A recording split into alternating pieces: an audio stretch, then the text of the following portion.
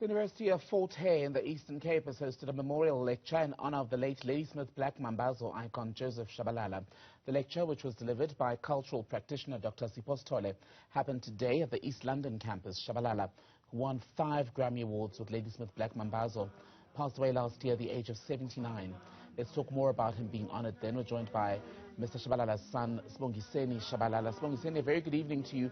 Welcome to Newsfeed PM, and great to have you on the program tonight.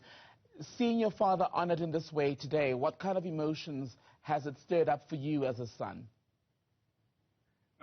Good evening to you, and thank you for having me on your program.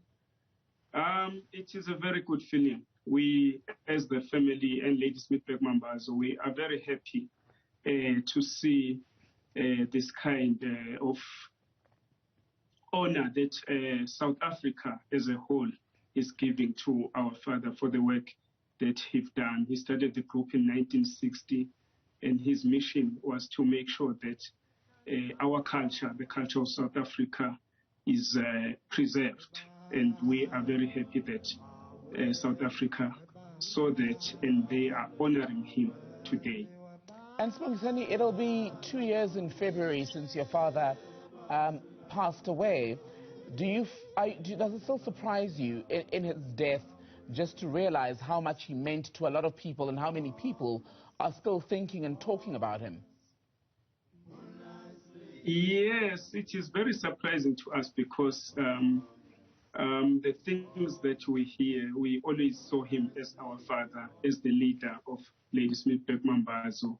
But we never realized that the world see his work and take it so seriously, because all that my father wanted to do was to promote the culture of South Africa, and he loved his country. He was very passionate about the culture and the country. Always advised us that whatever you do, when you are away, whatever you do, you must always make sure that you represent your country very well. So we are very happy with the honoring that the country has given my father, because his whole life he dedicated himself into making sure that South Africa is seen at its best. And today's all memorial, around the world.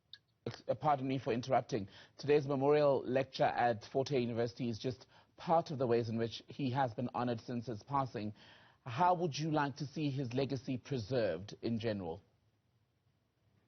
My father always had a dream of building a school which is going to preserve all South African music. We always trying our best to see that dream come true. Hence, we have, with the help of the Arts and Culture National, we've been able to start a program called LBM Mobile Academy, which was also a dream of our father, to go around the country and just teach the young ones, children at school, just tell them the story of Ladysmith Black Mambazo, of my father, the journey from the times of apartheid up until now, how they survived, hoping that they would learn something. And we also try and find talent as well when we go around the country. We've done, with the help of Arts and Culture now, we've gone around the country to all the 9 provinces, and we've discovered the talent all around South Africa. That was my father's dream, that this music that we sing, the culture of South Africa, all the indigenous music is preserved and has a home. So until the school is built and have a home, we are going to make sure that we work very hard to see that dream of my father come true. And it's such an important project, isn't it? Because when you consider the decades-long career that Mambazo had from when the group was founded by your father, and yes, his story has been told, but it's only partly, isn't it? I was going through archives today on YouTube and realizing that, yes, there's footage, but you don't get a lot of the early days footage. Do you, as a family, have any of that?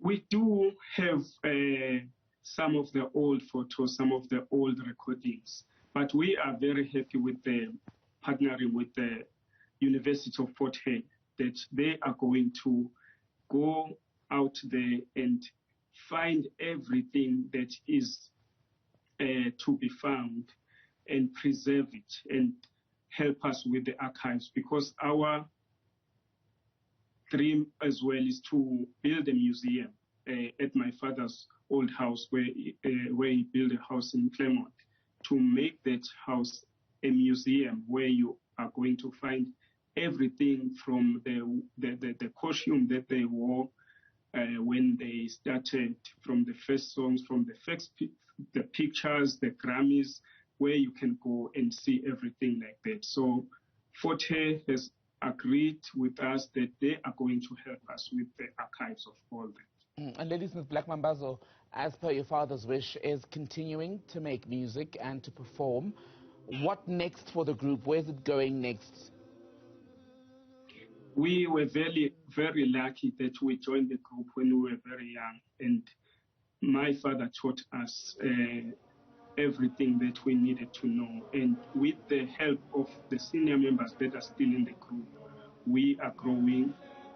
Our main focus is to make sure that when the time comes for us as well to retire, that we are able to hand this to the next generation as the senior members have done. So we are working very hard to make sure that we discover talent, we nurture, and we expose. Well, your father did not retire until he was quite at an advanced age, and we hope that you will continue to grace the stages for just as long. But thank you so much for speaking to us tonight on Newsfeed PM. Thank you very much.